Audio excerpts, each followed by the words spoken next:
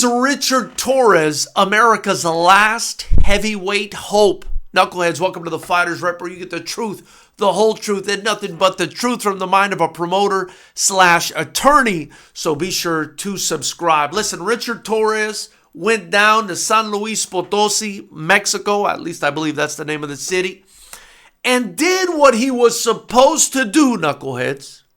He got in there with a guy by the name of Thomas Salek, who I've never really heard of in my life, and I hope I'm pronouncing his name correctly, and he got him out of there. Now, he did get him out of there in one round, which is, really impressive in heavyweight boxing, even if you're fighting a guy not many people know. But still, this was an expected outcome. Richard Torrez was expected to beat this guy. Now, what was interesting for me is that the 26-year-old American heavyweight prospect, who hopefully is coming to his own right now and is hopefully on a quest and on a path to bring us home some gold, called out Moses Itama immediately after the fight.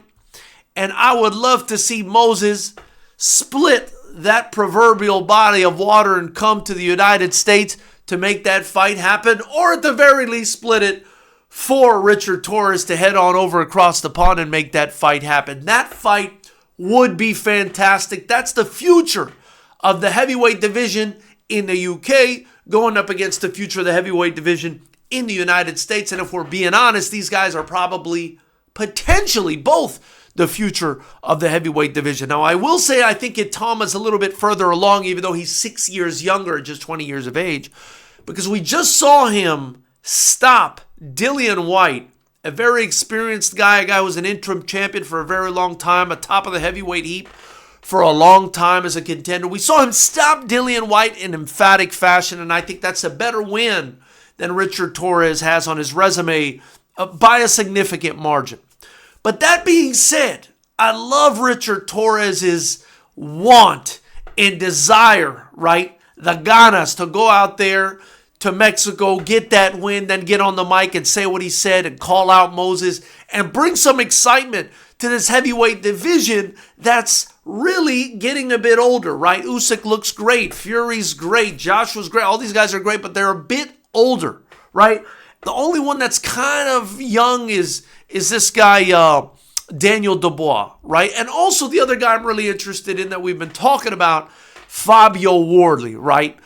Those two are very interesting to me. I'm hoping one of those guys is next in line to get another crack at the title, although we've already seen Dubois do it, but maybe Fabio Wardley should be next. But listen, after Wardley, I want to know what happens with Torrez and Itama. I think the fight is probably too soon to get made, if I'm being honest, because, they're really carefully moving Richard Torrez along, right? We've seen in recent years other American heavyweights get derailed, and we're not sure if we're ever going to get them back. I don't want to mention any names, but Richard Torrez is a guy that can be insanely marketable, and so I think Top Rank is being very careful with how they move him along, and I think put him in there right now with a Moses Itama would be foolish, right? And it might be foolish for Itama, but I think that Itama would be the favorite in that fight, and so it's probably a bit more foolish, if I'm being honest, for Richard Torrez. That being said,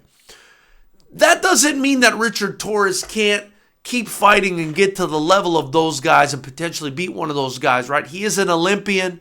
He is here in the States. We've got amazing resources. He's going to have a lot of people backing him, and he's going to have a lot of pressure on his shoulders. He's either going to come through or he's going to break, and I got a feeling the guy's going to come through. Big shout out to Richard Torrez. So, knuckleheads, tell me what you think about Richard Torrez calling out Moses Itama. Is he just doing it to bring a little bit of attention, to put a little spice on the heavyweight division, or is this a fight that you could see realistically happening in the near future? Let me know what you think in the comment section below. After you do that, like this video, share it with your friends, subscribe, and join the channel below. Also, get your Fighters Rep merchandise in the links below. Anything you pay here, anything you spend here is going to get reinvested right back into building the channel, getting you guys more cool videos and interviews, and hopefully we can do other things, contests and things like that.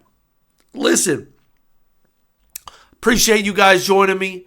Subscribe to the channel. We're going to be going live tomorrow at 7 p.m. Pacific to talk boxing. We're back again with the Fighters Rep podcast. We're going to be going live every Monday, 7 p.m. Pacific. So tune in for that. I look forward to hearing what you guys have to say about this one.